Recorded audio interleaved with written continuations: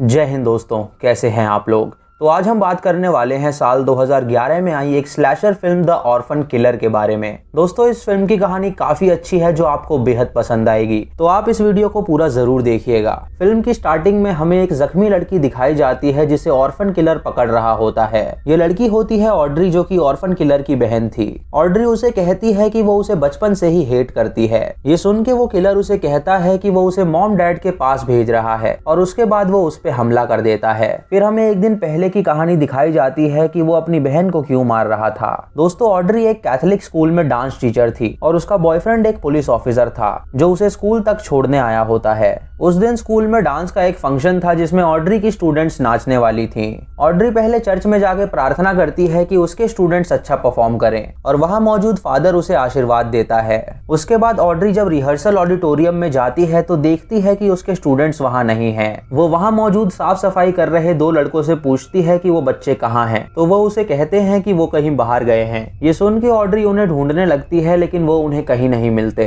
वो स्टूडेंट एक पुराने स्टोर रूम में होते हैं जहाँ वो स्मोकिंग कर रहे थे। वो लड़कियां आपस में कुछ बातें कर रही होती हैं, जहां एक लड़की उन सबको बताती है कि उसके डैड भी इसी स्कूल में पढ़े हैं और उन्होंने उसे बताया है कि ऑर्फन किलर भी इसी स्कूल में पढ़ा करता था और मिस ऑड्री उसकी बहन है। एक दिन मिस ऑड्री को किसी ने अडॉप्ट कर लिया और वो यहीं छूट गया। इधर ऑड्री जब उन लड़कियों को ढूंढ रही होती है तो वो खिड़की के बाहर एक अनजान आदमी को देखती है जो उसे घूर रहा होता है। तभी वो आदमी वहां से गायब हो जाता है, जिसे देख के ऑड्री चौंक जाती है। तभी ऑड्री को उन लड़कियों की आवाज आती है तो वो उनके पास जाके उन्हें ले जाती है। इधर वो ऑर्फन किलर उस स्कूल में पहुंच चुका था जो एक तलवार निकालता है सबको मारने के लिए। जब एक वर्कर स्कूल के बैक साइड में सिगरेट पी रहा होता है तो उसे कुछ आवाज सुनाई देती है। जब वो वहां देखने जाता है तो वो किलर उसके सामने आके उसके मुंह में तलवार घुसा देता है, जिससे उसकी मौत हो जाती है। वही फादर का एक पोस्टर होता है जिसे देख के वो किलर उसे जला देता है क्योंकि वो भगवान पे विश्वास नहीं करता था। रात को वो किलर उस स्कूल के पीछे के दरवाजे में बार्ब वायर लगा देता है ताकि कोई वहां से बाहर ना निकल सके।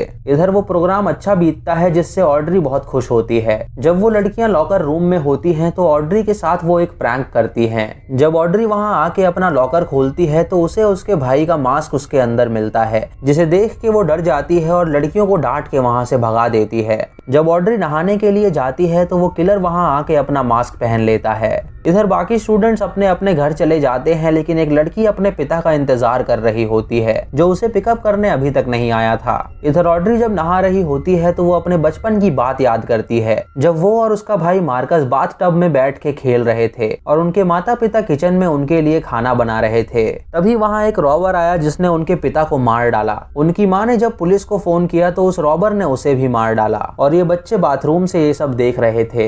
ये दोनों उस रॉबर से बचने के लिए वहीं छुप गए और कुछ देर बाद वो रॉबर वहां से चला गया। ऑड्री ये सब याद करके बहुत दुखी होती है क्योंकि बचपन में ही उसके माता पिता का मर्डर हो गया था। इधर मार्कस देखता है कि एक लड़की स्कूल में ही है तो वो उस लड़की के पास आके बार्ब वायर से उसका गला दबाने लगता है, जिससे उस लड़की का गला कट जाता है और उसकी मौत हो जाती है। उसके बाद मार्कस अपने बचपन की बात याद करके सामान तोड़ने लगता है। वो याद करता है कि उनके पेरेंट्स के मर्डर के बाद पुलिस ने उन्हें ऑर्फनेज भेज दिया था जहाँ एक लड़का उसकी बहन को परेशान किया करता था। एक दिन मार्कस ने उसे सबक सिखाने के लिए एक बैट उठाया और उसका सर फोड़ दिया, जिससे उस लड़के की जान चली गई थी। नन्स मार्कस को सजा के तौर पे टॉर्चर किया करती थी जिससे उसके पाप धुल सके। उन्होंने मार्कस के चेहरे के लिए एक मास्क बनवाया ताकि बाकी बच्चे उसे देख के उसे दूर रह सकें। उन्होंने मार्कस को एक ही कमरे में कई साल तक बंद रखा, लेकिन एक दिन मार्कस एम्प्लॉइज को मार के वहां से भाग गया। फिर कहानी प्रेजेंट में आती है जहाँ मार्कस स्कूल के गार्ड को देखता है। जब वो गार्ड वॉशरूम में जाता है तो मार्कस उसे पकड़ के उसका गला काट देता है, जिससे उसकी मौत हो जाती है। इधर ऑड्री जब स्कूल से निकलने के लिए दरवाजा खोलती है तो बार्ब वायर की वजह से उसके हाथ कट जाते हैं। ये देख के वो समझ जाती है कि यहाँ जरूर कुछ गड़बड़ है। जब वो अपने हाथ धोने के लिए वॉशरूम में जाती है तो वहाँ उसे गार्ड की लाश दिखती है, जिसे देख के वो जोर से चिल्लाती है। उसके चिल्लाने की आवाज सुन के जब एक वर्कर वहाँ आता है तो ऑड्री उसे बताती है कि उसने वॉशरूम में एक लाश देखी है। जब वो वर्कर उस लाश को देखने जाता है तो वो किलर वहाँ आके उसे चाकू मार देता है, जिससे उसकी भी मौत हो जाती है।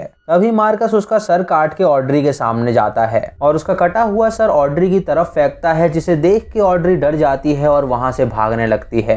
भागते हुए ऑड्री चर्च में पहुंचती है जहां मार्कस उसका पीछा करता है। तभी फादर वहां आके जब मार्कस को देखता है तो उसे लगता है कि शायद ये कोई प्रैंक है। जब फादर मार्कस को वहां से जाने के लिए कहता है तो मार्कस फादर के पेट में चाकू घुसा देता है।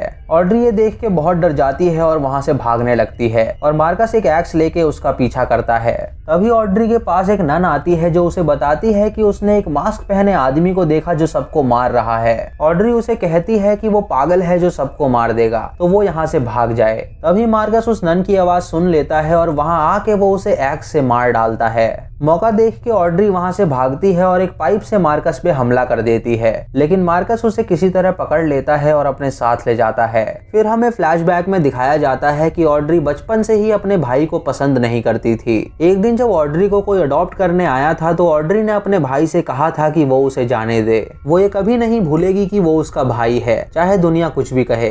ये सुन के मार्कस ने उसे उस आदमी के साथ जाने दिया, लेकिन उसके बाद ऑड्री कभी उससे मिलने नहीं आई। यानी दोस्तों ऑड्री को सबक सिखाने के लिए मार्कस इतने सालों बाद वापस आया था। इधर ऑड्री का बॉयफ्रेंड जब घर वापस आता है तो देखता है कि ऑड्री अभी तक घर वापस नहीं लौटी है। ये देख के उसे उसकी चिंता होती है तो वो स्कूल जाने के लिए निकल जाता है। इधर मार्कस ऑड्री के हाथ पैर बार्ब वायर से बांध के उसे लटका देता है। वो उसे कहता है कि वो दोनों एक ही खून हैं, लेकिन फिर भी उसे उसकी फिक्र नहीं है। जब उसे उसकी जरूरत थी तो वो उसे छोड़ के चली गई, लेकिन अब वो उसे तड़पाएगा ताकि उसे एहसास हो सके कि वो किस टॉर्चर से गुजरा है। तभी मार्कस फादर को बांध के वहां ले आता है तो फादर उसे कहता है कि वो उन्हें जाने दे, भगवान उसकी मदद जरूर करेगा। मार्कस उसे कहता है कि भगवान बहुत अच्छे हैं, लेकिन जब हमें उनकी जरूरत होती है तो वो नहीं आते। तभी मार्कस एक आरी उठा के फादर को कहता है कि वो अब उसका एक हाथ काटने वाला है, तो अगर उसका भगवान उसे बचा सके तो बचा ले। ये कह के वो फादर का हाथ काट देता है, जिससे फादर को बहुत दर्द होता है। उसके बाद मार्कस ऑड्री के पास जाके उसे टॉर्चर करता है। वो उससे कहता है कि वो उसकी जीभ काटने वाला है क्योंकि वो बहुत बोलती है। वो जैसे ही उसकी जीभ काटने जाता है वैसे ही ऑड्री उसकी उंगलियां काट खाती है, जिससे मार्कस को बहुत दर्द होता है। ये देख के मार्कस उसके पैर में एक स्क्रू ड्राइवर घुसा देता है, जिससे ऑड्री के बहुत खून बहने लगता है। तभी मार्कस को वहां किसी की आवाज आती है जो ऑड्री को पुकार रहा था। ये सुन के ऑड्री समझ जाती है कि उसका बॉयफ्रेंड उसे ढूंढता हुआ यहाँ आ गया है। मार्कस उसके बॉयफ्रेंड के पास जाके उस पे हमला कर देता है और उन दोनों में घमासान युद्ध होता है, जिसमें मार्कस ऑड्री के बॉयफ्रेंड को जख्मी करके वहां से चला जाता है। इधर ऑड्री हिम्मत करके बार्ब वायर से अपने हाथ और पैर छुड़ाती है, जिससे उसे काफी दर्द होता है। तभी फादर उसे कहता है कि वो उसे मार दे ताकि वो इस दर्द से मुक्त हो सके। ये सुन के ऑड्री एक हथौड़े से उसका सर फोड़ देती है, जिससे उसकी मौत हो जाती है और उसके बाद ऑड्री वहां से भागने लगती है। जब मार्कस वहां आता है तो देखता है कि उसकी बहन आजाद हो गई है। ये देख के वो हैरान हो जाता है और उसे ढूंढने लगता है। जब वो ऑड्री के नजदीक होता है तो मौका देख के ऑड्री हथौड़े से उसका सर फोड़ देती है, जिससे मार्कस जख्मी होकर नीचे गिर जाता है। इधर ऑड्री के बॉयफ्रेंड को जब होश आता है तो वो जख्मी हालत में गन लेके अपनी गर्लफ्रेंड को ढूंढने के लिए जाता है। ऑड्री किसी तरह रेंगते हुए टेरिस पे पहुंचती है ताकि वो चिल्ला के मदद बुला सके, लेकिन तभी वो देखती है कि मार्कस अभी जिंदा है जो एक्स लेके उसकी तरफ आता है। ऑड्री उससे कहती है कि वो बचपन से ही उसे हेट करती थी, तो मार्कस उसे कहता है कि वो उसे मॉम और डैड के पास भेजने वाला है। ये कह के मार्कस उसे मारने ही वाला होता है कि तभी ऑड्री का बॉयफ्रेंड वहां आके मार्कस को शूट कर देता है, जिससे मार्कस टेरिस से नीचे गिर जाता है और ऑड्री की जान बच जाती है। फिर हमें कुछ महीने बाद की कहानी दिखाई जाती है जहां ऑड्री कहीं और शिफ्ट होकर रह रही होती है और उसे अपने भाई के हेलुसिनेशन भी आते हैं।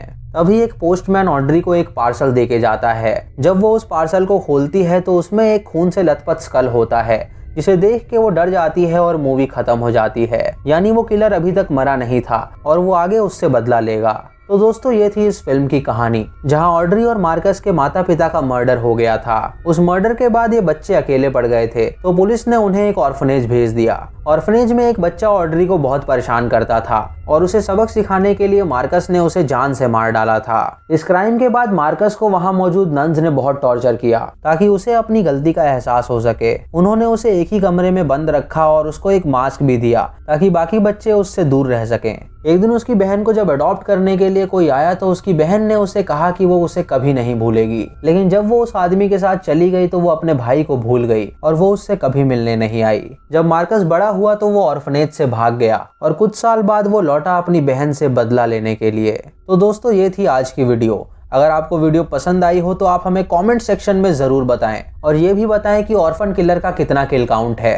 अगर चैनल पे नए हैं तो इसे सब्सक्राइब करें और बेल आइकॉन दबाएं नोटिफिकेशंस के लिए, और मूवी लिंक्स के लिए आप हमें टेलीग्राम पे फॉलो कर सकते हैं। दोस्तों वीडियो अच्छी लगी हो तो प्लीज़ लाइक और शेयर ज़रूर करिएगा। तो मैं मिलता हूँ आपको अगली वीडियो में, तब तक के लिए जय हिंद।